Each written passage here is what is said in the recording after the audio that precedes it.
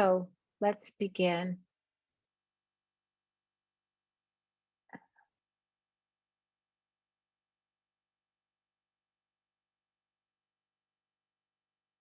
Oh, Greg, I just read what you said. I don't know how to change that, but if you have any ideas, you can put them in the chat. I'll look at them later. Um,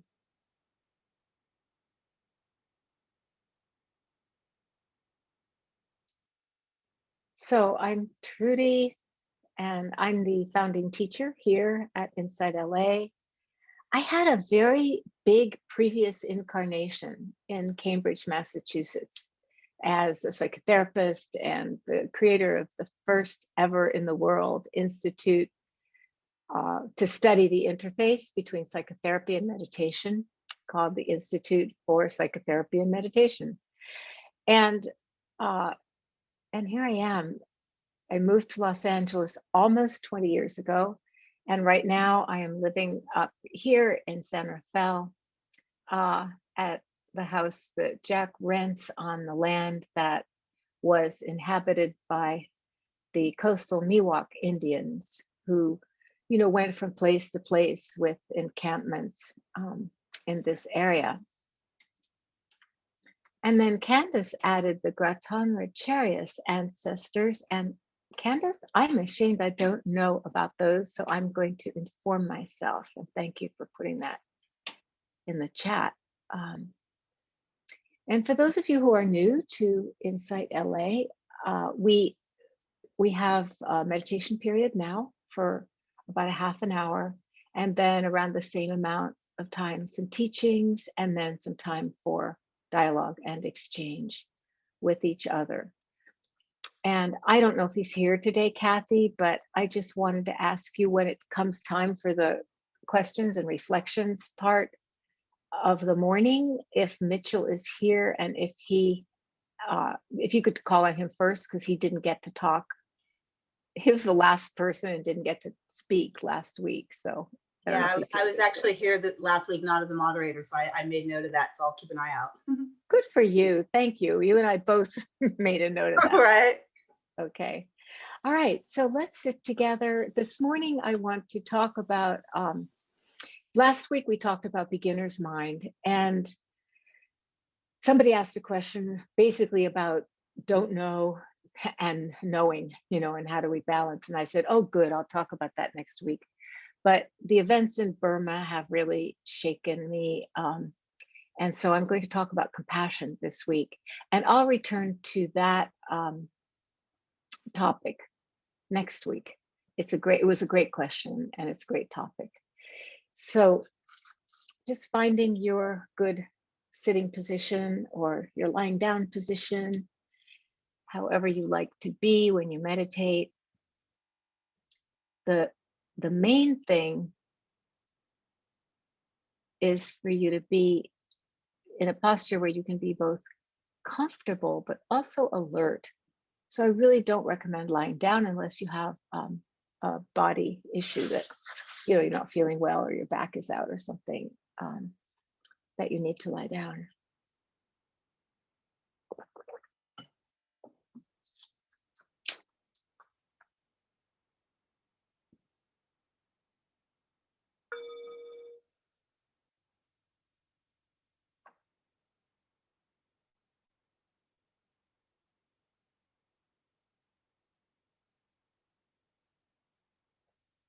So beginning by taking a few deep breaths, breathing in, and then releasing, relaxing as you breathe out, and breathing in the energy and aliveness of this moment, and releasing tension completely as we breathe out. And one more time, breathing in.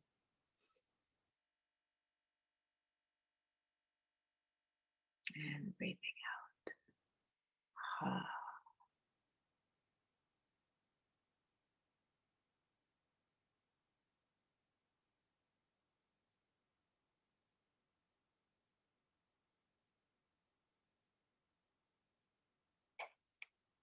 And just settling into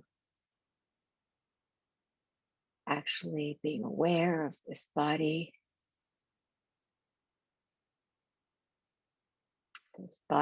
we inhabit for this lifetime.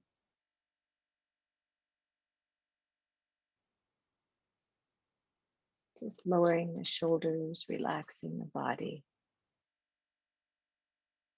Relaxing is really important in meditation.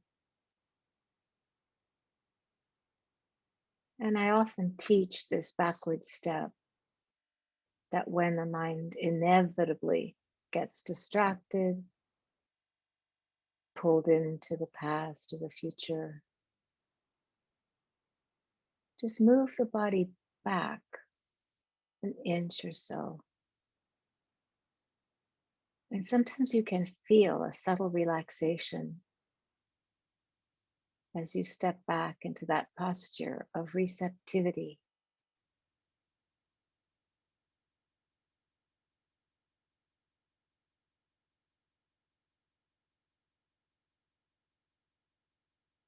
We sit up straight,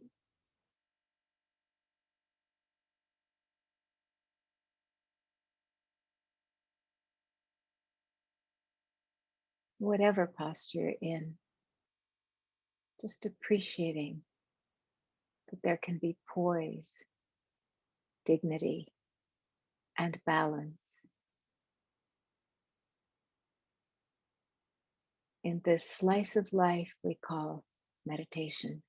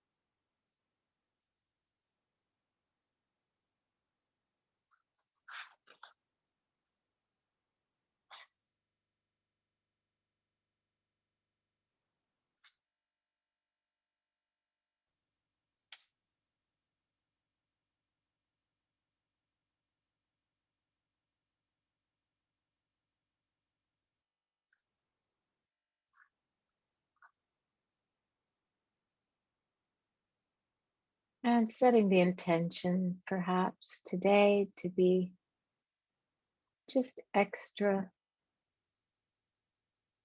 tender and kind with yourself first. You can dropping in a phrase, I care about you. Speaking to ourselves, I care.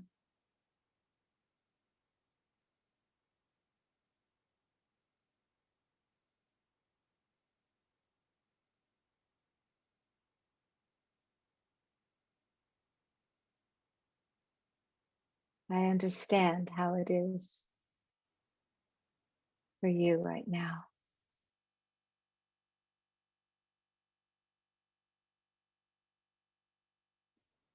And this is you speaking to yourself. You can just repeat that phrase gently. I care.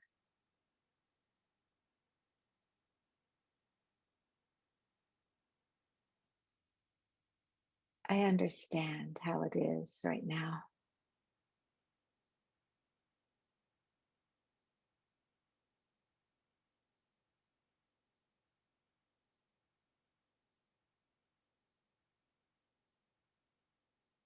And it's okay. You're going to be okay.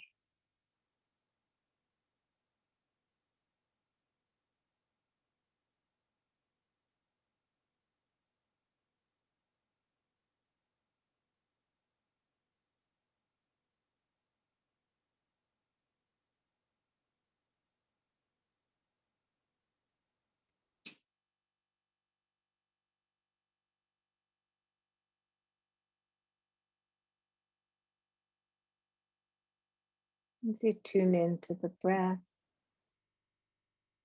the heartbeat,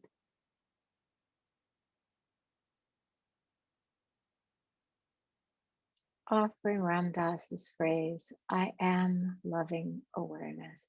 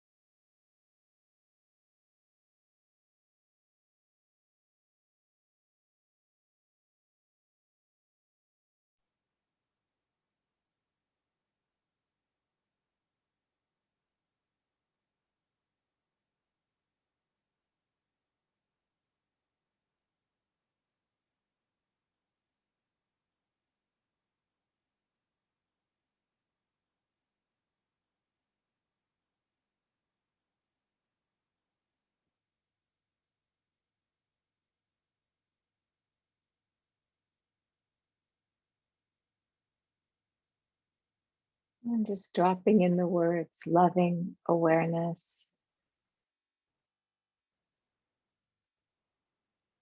Loving awareness knows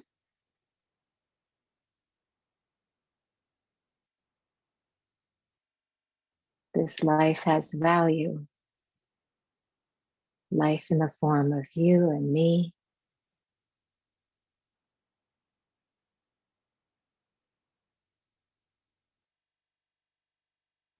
No matter who we are or what we've done, we are worthy of self-compassion.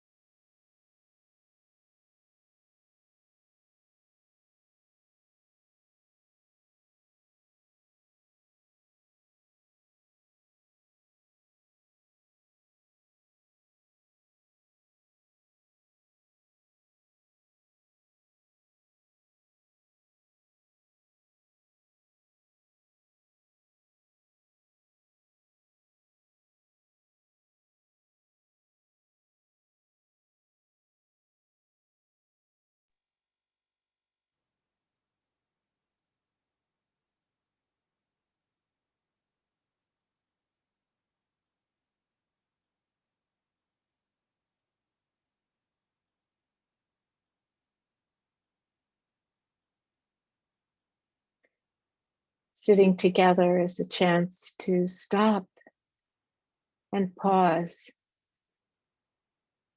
to recognize and acknowledge how it is for you. What are you feeling?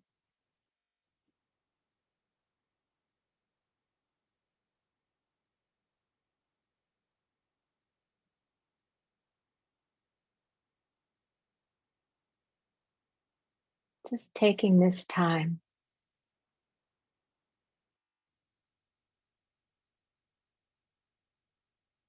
to honestly look and acknowledge just how it is right here and right now.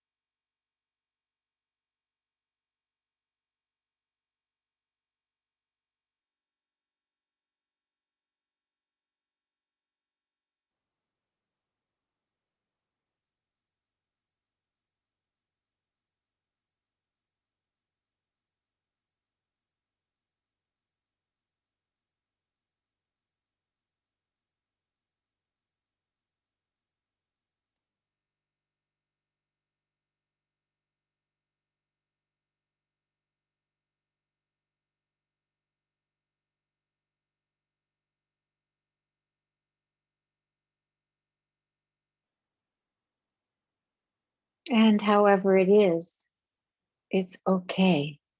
It's okay to feel this way. It's going to be okay.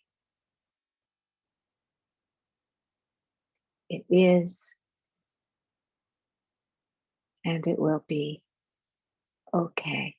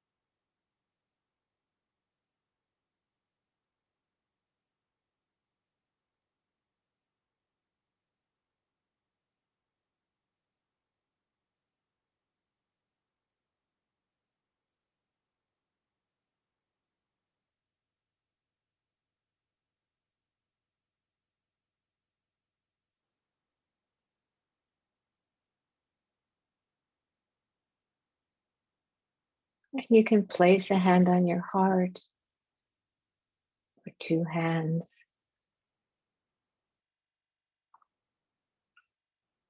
an expression of gentleness, of kindness,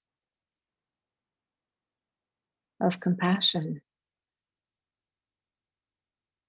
I care about your pain.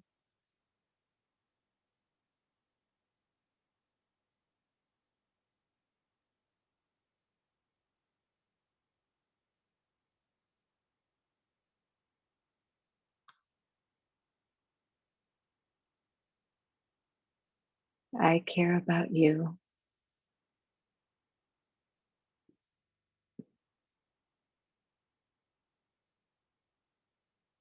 And if you feel moved to, you can offer this caring to somebody you love.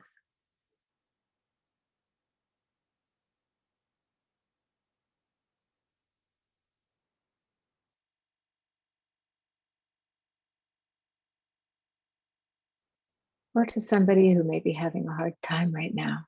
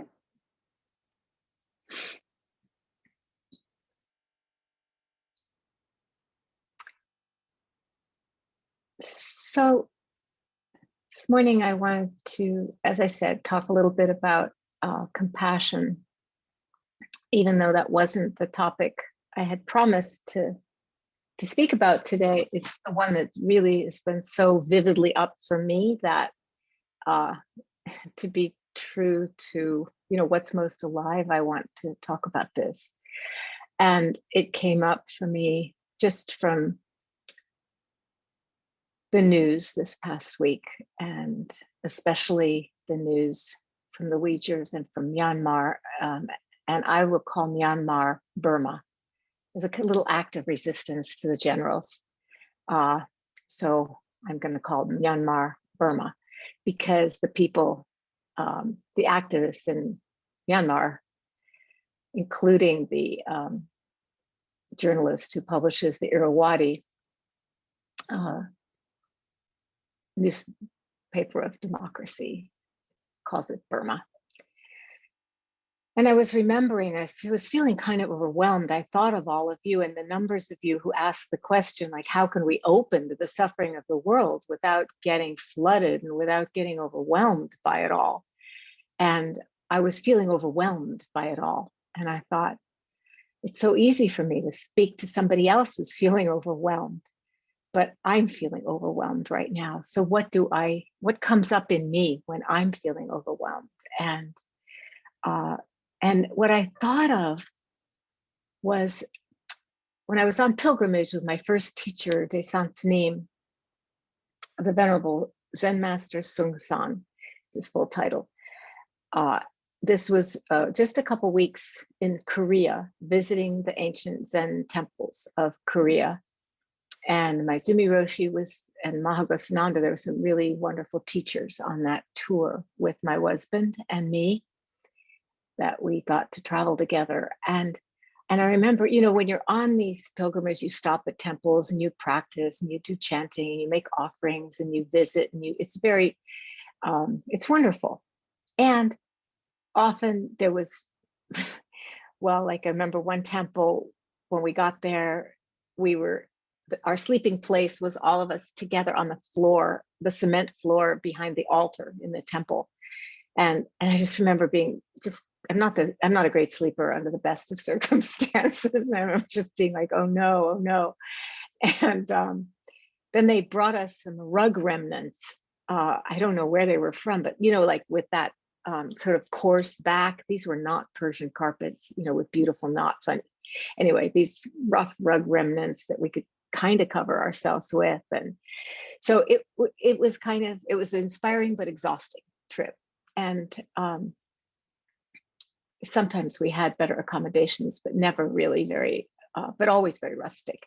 And we're driving in at night to a temple where we're going to be staying, and everybody's tired, and we have to go down. I remember vividly, you had to go down this sort of steep hill, and then you came around a corner to where the temple was, and there was this huge statue of Kuan Yin, who is Kuan Yin in China, Kannon or Kanseon in Japan, Kwanseon Bosal in Korea is her name.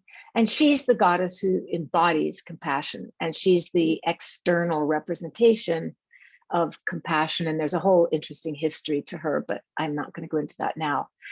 But the statue was bright white, and there were floodlights on it. So she was just, gleaming, illuminated in the night. And I remember looking up at her, and how sometimes you just have these experiences. She came alive. I mean, not that she started moving or dancing. I wasn't altered or anything, except maybe from fatigue. But I just saw from the inside who she is and she became kind of a living entity in that moment, where she stood very beautiful in her robes, and she holds a vase in her hand, a vase. And that vase is slightly tipped because it symbolizes her pouring water, soothing, cool water on the fires of suffering in the world. And she came to me, when I was feeling so overwhelmed. I just saw that vision of her. And she reminds me of what we share as human beings. There's so much in the world that needs to be healed, and so many fires that need her cooling water. And it's just really hard to bear witness to what's happening in our world. It is. And for me, just remembering her regal and shining, illuminating presence was a kind of support to my heart. It really was a support to my heart. And it made me just remember, not forget, this is what connects us as human beings. This suffering and our compassionate response to it. This is what connects us. And in that moment, I really felt how we can connect in compassion, even when we feel very alone. It was a moment where I did feel very alone. And then when we offer ourselves our deepest compassion, like we offered ourselves some compassion in the meditation this morning, when I offer myself my deepest compassion, that's where I can really see who I am. I can see all the goodness of heart. I can see all the shortcomings, all the places where I really, really blew it and failed.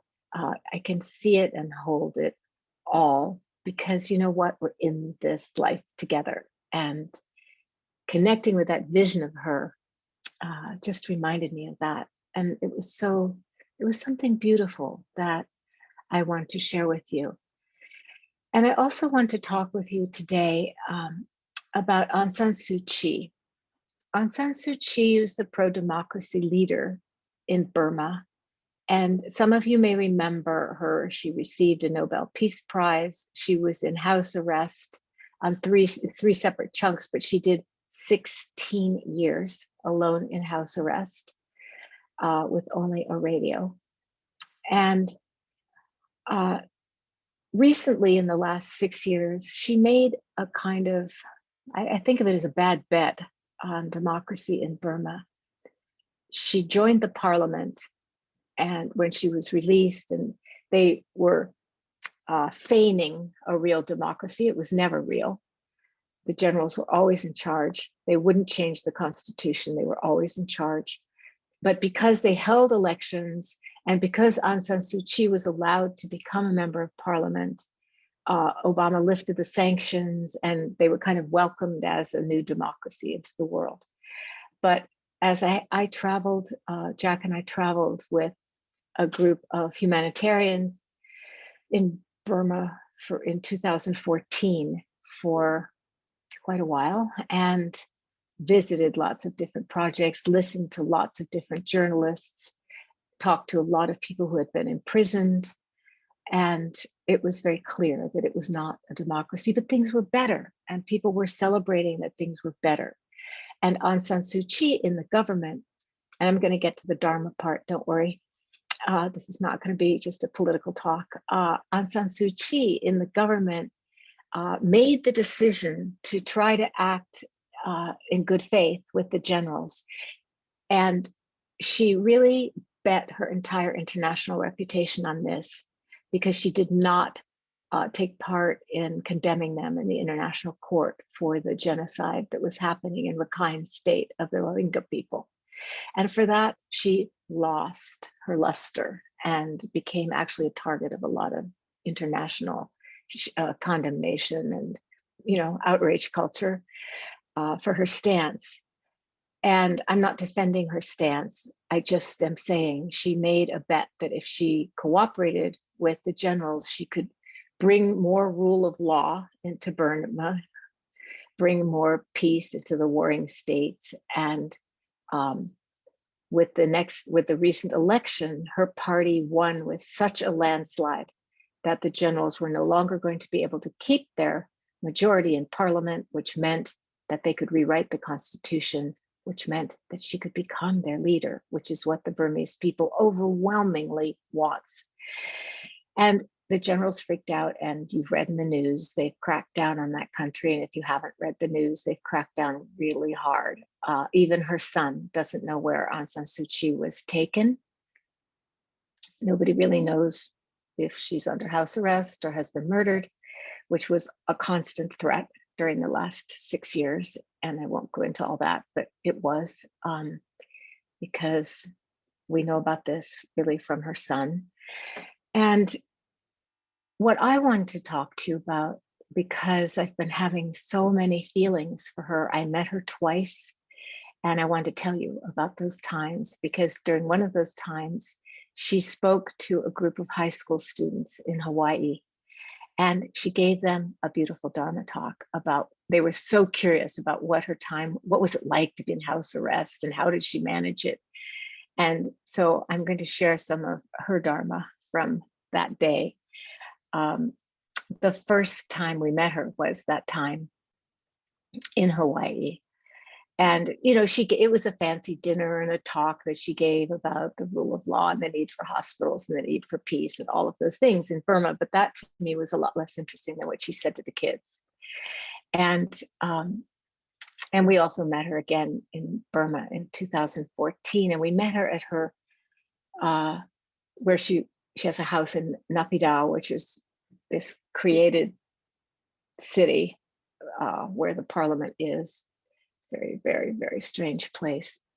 But that's where she became so human too for me in a whole different way, because I had to go to the bathroom and I had to use her bathroom.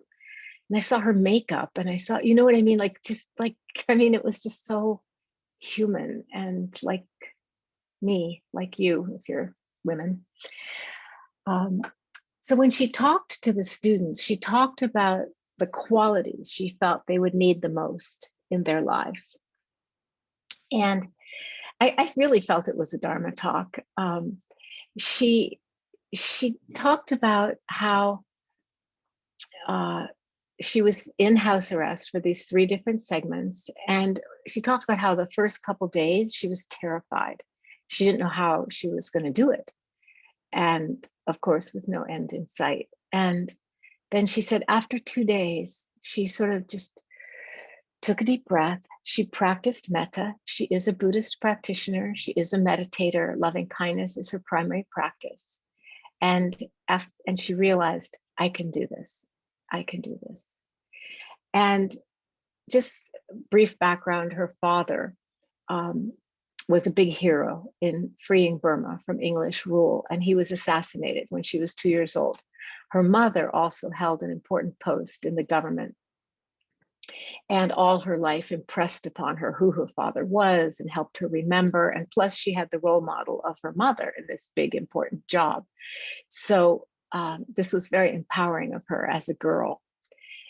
And, when the dictatorship took over and imprisoned her, her party kept winning elections, and that's what kept prolonging her imprisonment. She became, more and more dangerous to the generals. And so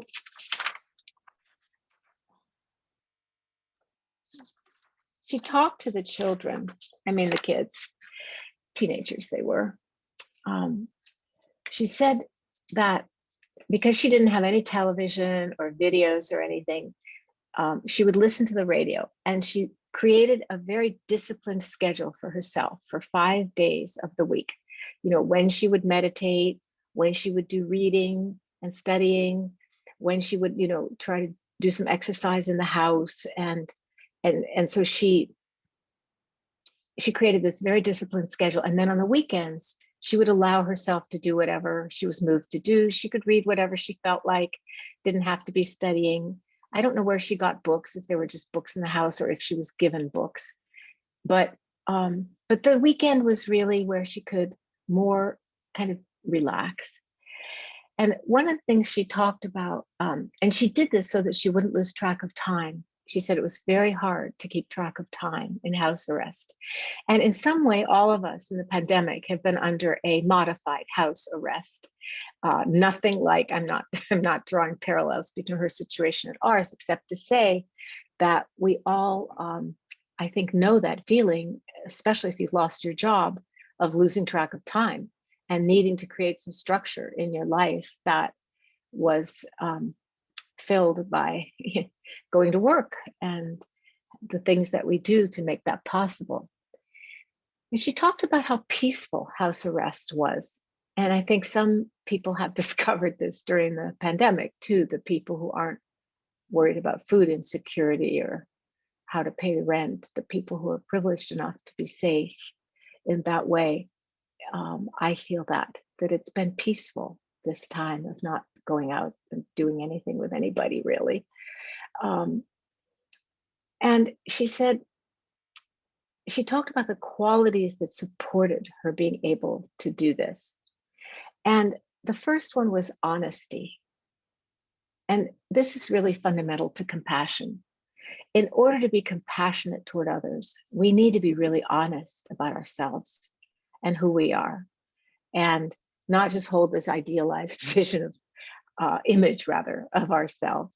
Or on the other hand, not to lose sight of our intrinsic value as human beings with beautiful hearts. The word for compassion, the Tibetans call it the noble heart. And so this honesty, she talked about really seeing all of who she was. There was no escape in that situation. And it's the same for us when we meditate. We really see all of who we are. And especially when we're together in person, but also on Zoom, we can see if somebody gets up. And not to say you're getting up because you can't stand who you are. You may just need to get up. But really being honest. And she said she could tell so much more by listening to people. She couldn't see them than she actually could by looking at them. And that she said she learned to hear in people's voices. She could hear who has an agenda and who doesn't. And she said, it turns out everybody has an agenda, but some people are honest about it. And it's clear what it is. And that, anyway, she appreciated the ones who were honest about their agendas. And she talked about, so this important quality of honesty. And she said, honesty takes courage. And it does. It takes courage to be honest about all of who we are and what we do and all of what we have done. And peace, those were the three qualities: honesty, courage, and peace. And she said, and peace requires courage. And she knew whereof she spoke. She said, to be at peace with yourself, you have to be very honest with yourself. And this is about mindfulness, knowing what your strengths and weaknesses are, and learning to live with yourself and accept them, to really accept them. And acceptance means the willingness, it's acceptance in this way of using the word means the same thing as mindfulness. It means being able to see exactly how it is, to be with things just as they are, and not afraid to be who you are, not afraid to be willing to know who you are. And she said, and that is the courage that she had and that allowed her to do all that long time of house arrest. And then, of course, she went on to say, when we make, in the same way that we want peace, inner peace, so important, the same way that we want inner peace with ourselves, being at peace with ourselves and who we are, in the same way, we have to learn to be at peace with each other and be at peace with who others are, and have some compassion for them. And I make a distinction between empathy and compassion. Empathy is really feeling what another feels. And I've had all these really quite frightening empathy experiences of just feeling I was becoming her, because I because we met her and we talked with her, we have a sense of knowing her a little bit and what it must be like for her right now. But compassion is feeling the empathy, but also with the intention to do something about it, even if it's just offering loving kindness and compassion for her.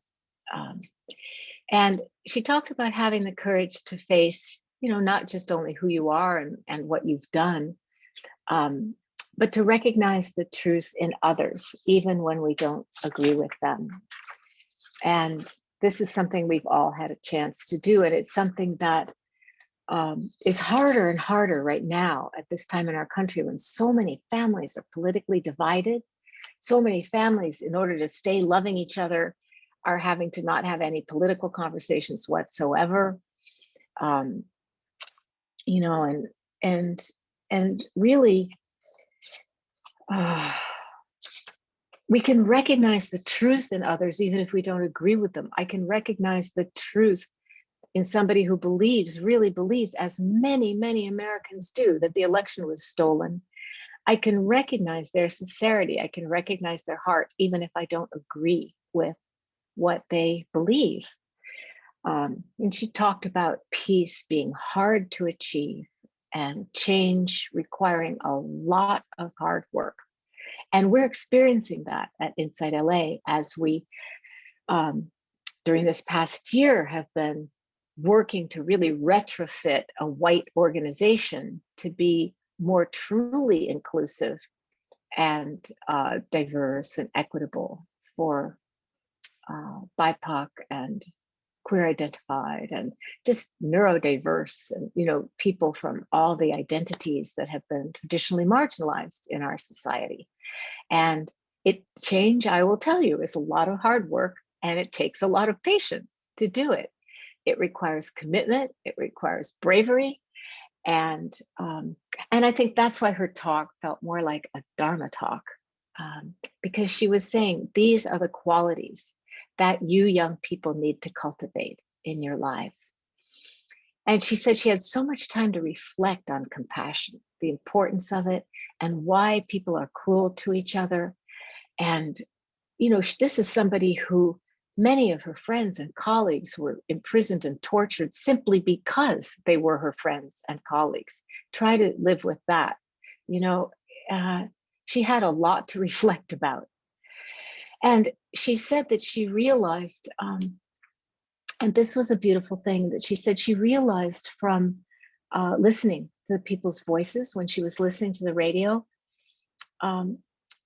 She said, I realized that when I would listen to some of the generals speak, I realized that in order to be cruel, one had to be insufficiently touched by compassion in your life.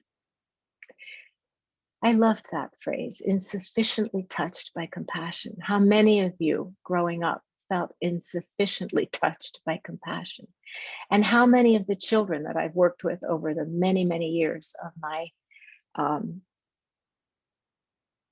professional life as a psychotherapist, which I worked with a lot of children of all ages, from toddler to young adult, as well as adults. But how many children were acting out and being bullies or being victimized or whatever it was that brought them to therapy because they had been insufficiently touched by compassion, or maybe a compassion that wasn't attuned to what that child desperately needed. And I think we can all identify with that. So I also wanted to just just mention, because somebody asked me the question after that, was she broken?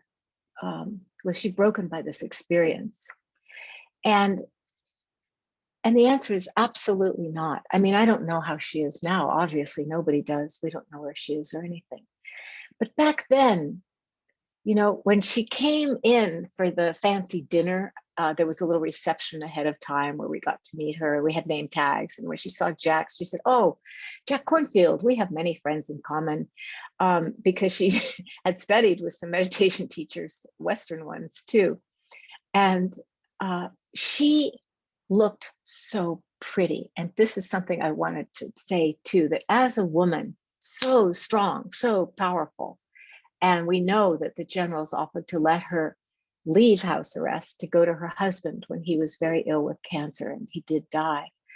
But she knew, I thought, how could she make that decision not to leave? Well, she knew she would never get back into the country if she did leave. And then I thought, well, I don't know what it would be like to have hundreds of thousands of people looking to me to change their lives and save them from the dictatorship and bring some freedom back into their lives. I remember even our bus driver, I asked him just what his life was like, and we were talking, he spoke English enough. He said, we are born in fear and we live our lives in fear. So they were looking to her, and she stayed. But so that's just her power and her strength, that she chose to do that for her country. And at the same time, she walked into the room in super high heels with really pretty flowers in her hair and a beautiful Burmese silk dress. And she kind of swishes when she walks and kind of batted her eyes. And she's just so pretty and feminine.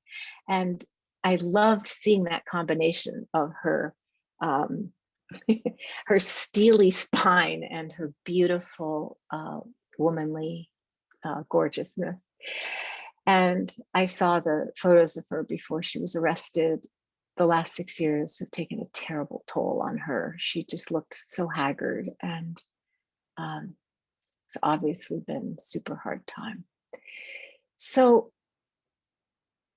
for us, sitting down, taking a certain posture, being present with our experience, just deciding we're going to sit and be with our experience. We're going to sit up straight in the midst of that experience, or lie down straight in the midst of that experience, whatever you're needing to do to meditate, or to stand up, and then just being willing to let the mind relinquish or loosen at least its grip on trying to control our experience, so that experience can flow and unfold and reveal ourselves to ourselves, and reveal ourselves to our eyes of compassion, so that with those eyes of compassion, we remember and we don't forget, like that beautiful shining Kuan Yin at the Korean temple,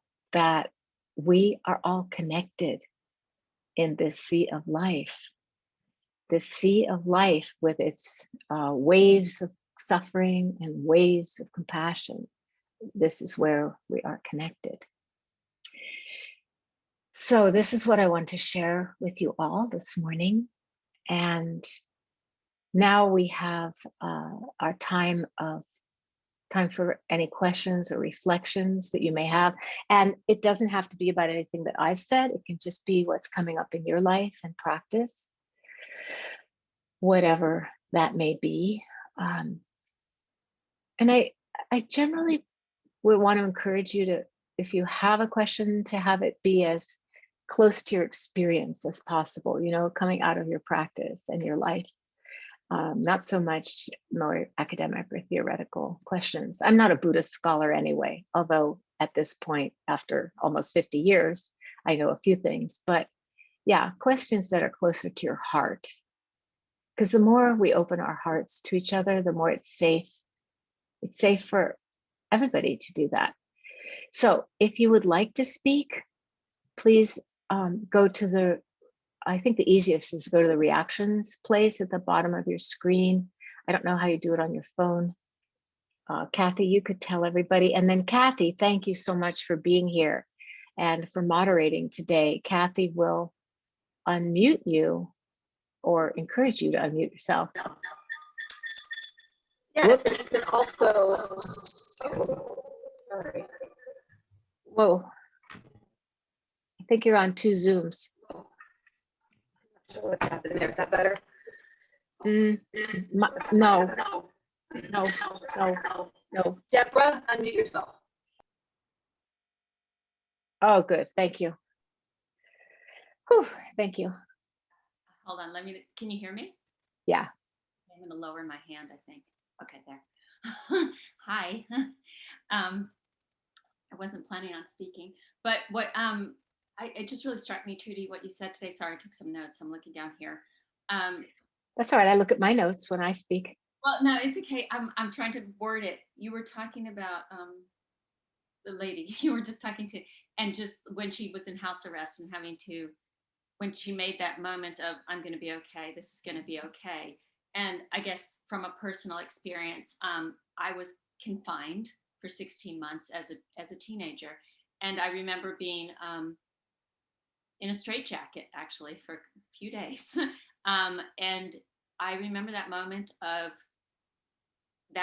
what you said, of having to be okay and stopping. I was 14 after having been raped. Oh, I had just been raped by one of the, I'm sharing this very courageously. I had been raped by a medical professional at a facility, and basically for them to cover themselves, because it was the state of Texas, this is what they did, was lock me up. So I wouldn't say anything. I've never shared this with anybody, so I remember that moment of having to, even though I didn't know what meditation was as a 14-year-old, you had to surrender. I had to surrender and I had to breathe. And I think that's what, and I breathed for, I think I was in that straitjacket for several days with people walking by me in the middle of the hallway, completely helpless. And I just remember having to connect with whatever that spirit was, or whatever it was, to get through that moment of humiliation and anger and everything else that I had absolutely no control over. And so this just really struck me as, and then I love the power and I do have that spine that comes out and to walk out, it dawned on me when you said that, because like you can have that spine and that can be okay. And that's something that I've drawn on in the long run. I ended up becoming president of the ward and an advocate for the girls, and ended up going, really being, trying, and now even today, trying my best to be an advocate. But I just remember having to give in and connect and just stop and accept. And I guess and you were talking about honesty, like I had to be honest with myself as to who I was and what I did have power over and what I did not have power over. Oh, thank you. First, I want to thank you for your bravery in sharing that story, which makes me cry. It's so makes me cry too. I mean, I know men suffer too, but sometimes when I hear the suffering, this kind of suffering of women, it just makes me weep. And also, I think you're going to see some support in the chat too. The fact that you have transformed your suffering into compassionate action, and you did it even as a teenager when you were incarcerated. Confined, excuse me. You did it even then. You were able to take your suffering and transform it into action on behalf of the other girls and yourself. And to this day, you do this work. And so I just want to offer a bow to you, because that's the whole point of the practice, that there comes a point in everybody's life,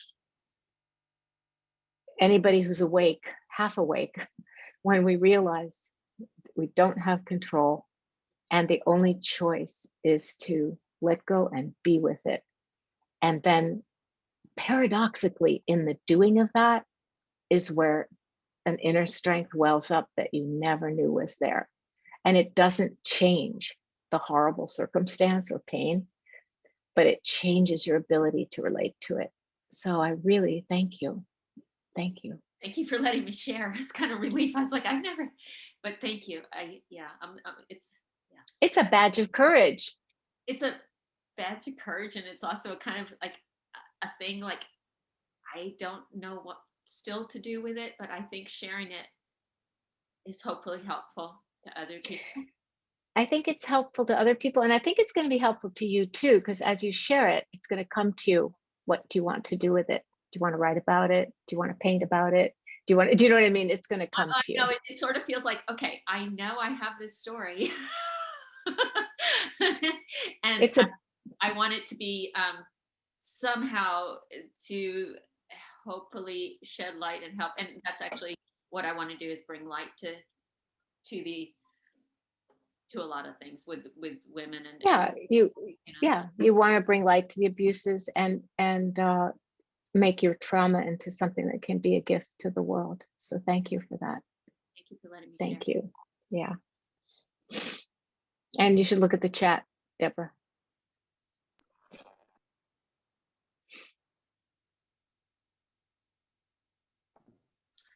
Beautiful. Thank you. I'm having some sound issues. Hopefully it's a little better. It's a little better. Thank you, Deborah. I don't see any. Yeah, my computer. It's an old computer. I don't see any hands. So if anyone has a question or a comment, raise your hand or put it in the chat.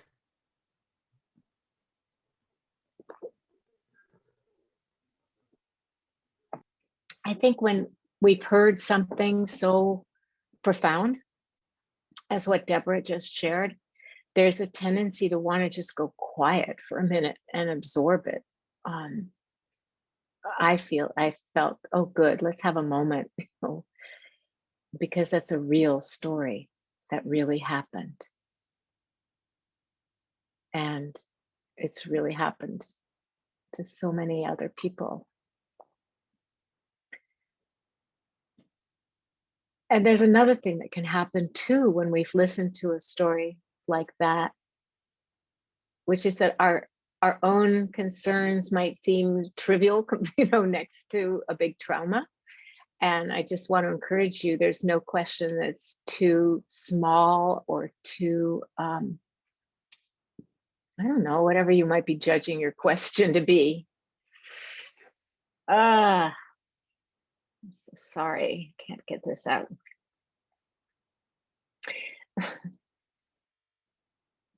Cannot. Hi, It'll be Jeff, over I in a see your minute. hand. I'm sorry. Sorry about Me? that. The Zoom tiles were hiding where I could turn it off. Hi, Jeff. Hi. Hi, Trudy. Can you hear me? I sure can. So my question is, I'm going to try to ask a question that I didn't ask well last time, which is saying to myself certain things, such as I care about you, or I am loving awareness, sometimes feel hollow, because while I'm repeating them to myself in meditation, I'm also challenging those as to their veracity. And so then it starts to feel a bit like an affirmation that if I think it, maybe it'll come true. And if that's what it's supposed to be, I'll keep doing it. But it does sort of, it's like when I remember going to Zionist camp as a child and learning from the father of modern Zionism, saying, "Im tirtzu enzo agadal." If you will, sorry, no, maybe I'm saying that one wrong. But it was I won't know.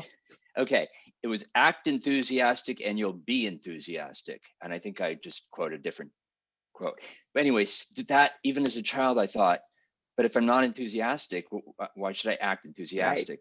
Right. So right. It's the same notion that I'm struggling with. So first of all, I think a useful distinction to make between affirmations and the phrases that we use with loving kindness and compassion practice. Affirmations are like, you said it yourself, it's like a mental exercise. It's almost like you're trying to talk yourself into it if you say it often enough, just sort of like what you were told at camp. The aspiration, may, for you, I think if you say, may I be, it's really something you aspire to, and it's coming from your heart. You genuinely want that for yourself. You want to feel okay. You want to care. and feel your own intrinsic value as a human being. These are, you know what I mean? This is like a heart's desire. Yes. So yes. that's the difference. It comes from the heart and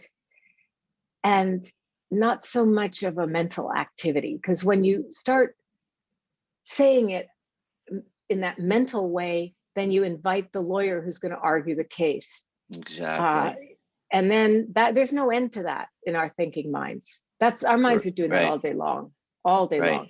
And that's exactly what we're trying to, allow to sort of come to rest more in meditation as we relax.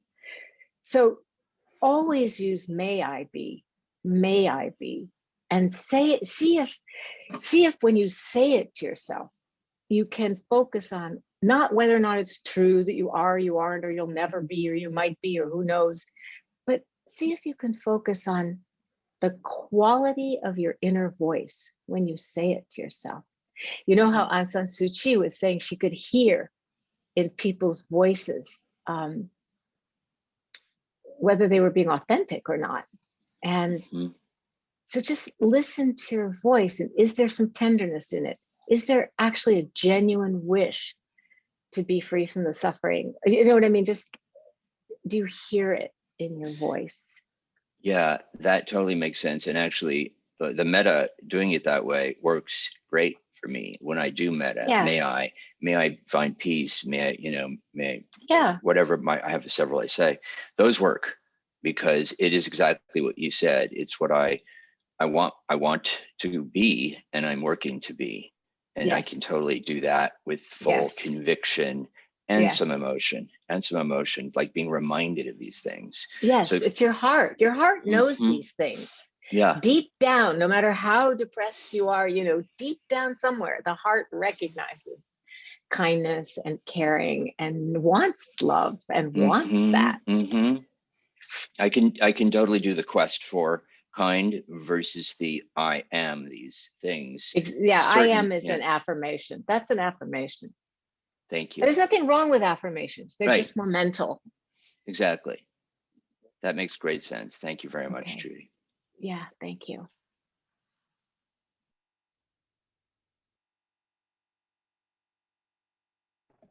Hi, Eva. I see your hand up. Go ahead and unmute yourself. Thanks, Jeff. Yeah, thank you. My question is piggybacking on, what Jeff just asked. And, when you do the metta practice or other, forms of Brahmvihara or Tonglen practice, and then, you sometimes lead us, the jelly roll. Yes. Yeah. We haven't done that. We haven't done that for a while. We should do that again. Yeah, go ahead. Yeah, but then all the versions, we are led into visualizing the, loved ones in our lives to evoke the loving kindness emotions and joys and things like that. But then, I do like great gratitude practice, outside. And then when I think about those times when I felt strong joy or the strong emotions, I can evoke those emotions more strongly. And I'm wondering, is it wrong to use those like past situational, joys and happiness and emotions like that instead of, bringing loved ones, imagining that, like, is it, why is it always focused on like people, not situational? Or am I, just splitting hairs here? Well, I don't know about splitting hairs. I think you're exploring and it's interesting. And if you see, here's the thing. Usually the invitation to think of a pleasant experience or a person that you love or who loves you would look at you with kindness and care about you, those things, they're being used as a doorway to connect with loving kindness or the joy or, whatever the particular quality that you're working to strengthen, cultivate, and strengthen in your life. And if you can just go direct to the feeling of loving kindness or of joy or of compassion or equanimity or, gratitude, whatever it is you're practicing, you don't need to do that first. But for many of us, sometimes there's, it's not available. There's no loving kindness around, we're not feeling it. And we're caught in a maybe very different kind of state.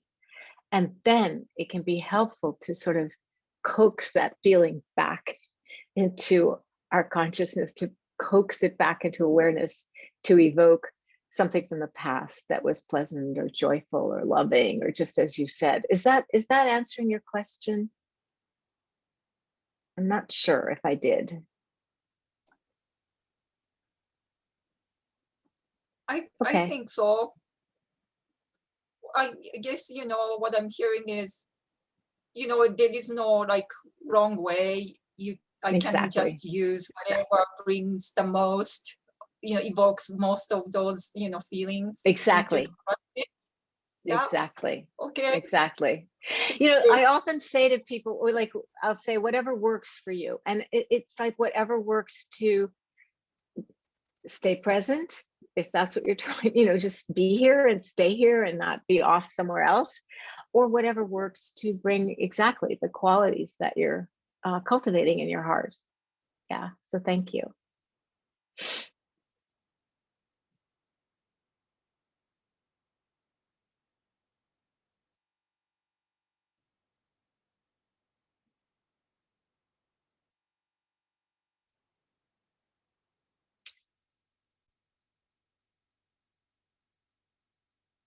Wow, you're getting lots of love, Deborah. You deserve it. I mean, everybody does, but that's a big trauma. 14. Whew.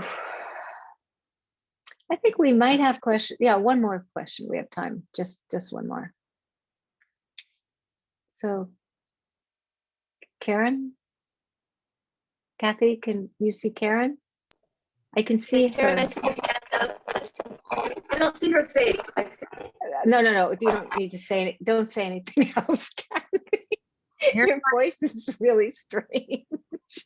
You don't sound like Kathy this morning. Hi, Karen. Hi, this is my first time asking a question, so I'm a little bit nervous.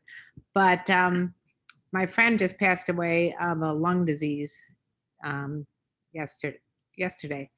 Oh, I'm sorry. Thank you.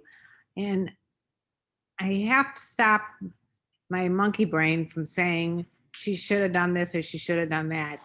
She had options to do some surgery that she didn't take. And it's very difficult for me to continue to say I have no control over this. I would have maybe done something different. So I want to know if there's a specific like mantra that I could say to myself every time this happens, that I go to this place, that she should have done this or she should have done that. Well, first, I just want to say I have spoken about this lots of times because it's really important, which is that what you're experiencing is a form of grief. And the mind often will try to, it's misguided, but the mind will try to protect the heart from feeling the intensity of the sadness by doing exactly what you're doing. If only she'd done this, if only she'd done that, if only I'd done, talked to her, maybe, all the if onlys and regrets. And so what I would recommend is when the mind starts spinning like that, because it also spins and loops, right? Round and round, and it's very obsessive, obsessional and painful in its own way. It's actually in its own way more painful than just letting yourself relax into the heart. And so when that starts to happen, if you can just pause for a moment and take a deep breath and imagine your awareness, just your compassion sinking into the heart. And probably you'll start to cry, because the tears are really what need to be expressed. And feeling sad and crying, it's sad and we cry, but I find it somehow more freeing and calming than the spinning mentally. Yeah, Looks like you're feeling it right now. it's going to be like this for a while. Yeah, yeah. And when you're feeling it, the mind isn't doing that, is it? Oh. See, that's the thing. So take good care of yourself right now. Thank you. Okay? Really take care of yourself. Appreciate it. Yeah. Okay, everybody, let's just sit for a moment together because we're coming to the end of our time. And Kathy, with her new scratchy voice, will put you into breakout groups. I know it's just for this week. We'll put you into breakout groups in 10 minutes after we stop. If you would like to stay and, have some lunch or just visit.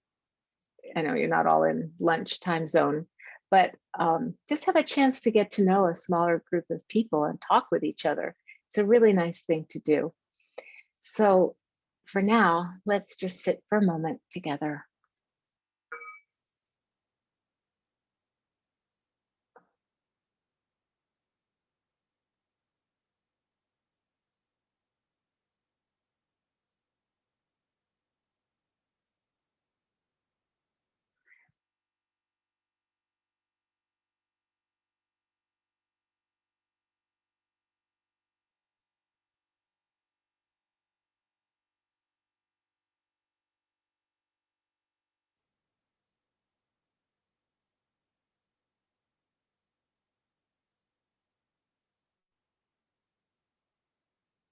Just to sit and be quiet together in the compassionate silence, the great compassion of this silence together, where we bear witness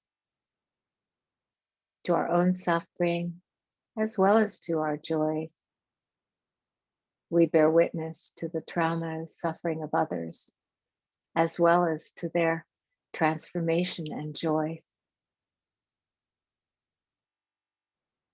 And when we've had the blessing, really the great gift and privilege of being able to do this together, we express our gratitude.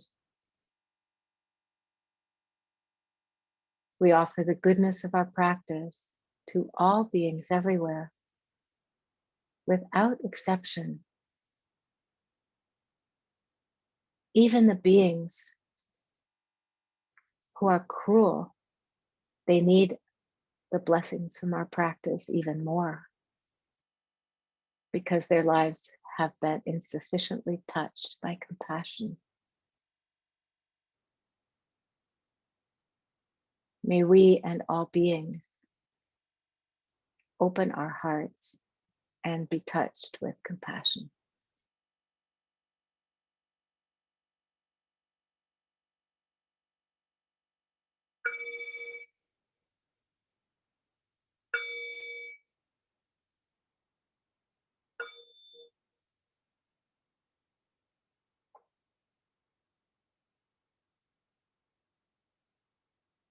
Thank you, everybody. Thank you for your practice. Thank you for your presence. Together we can bear the unbearable. And I just very grateful to all of you. So you could unmute yourselves and I'll see you next week. Thank you, Trudy. Thank you, Trudy. Yeah. Thank you, Trudy. Thank you, Hi, Trudy. everybody. Have a great day. Everybody. Thank you, Trudy. Thank you, Trudy. Thank you, Thank everybody. you. Thank you, Trudy. Good. Thank you, everyone. Thank you, Bye. Trudy. Thank you. Bye-bye. Bye.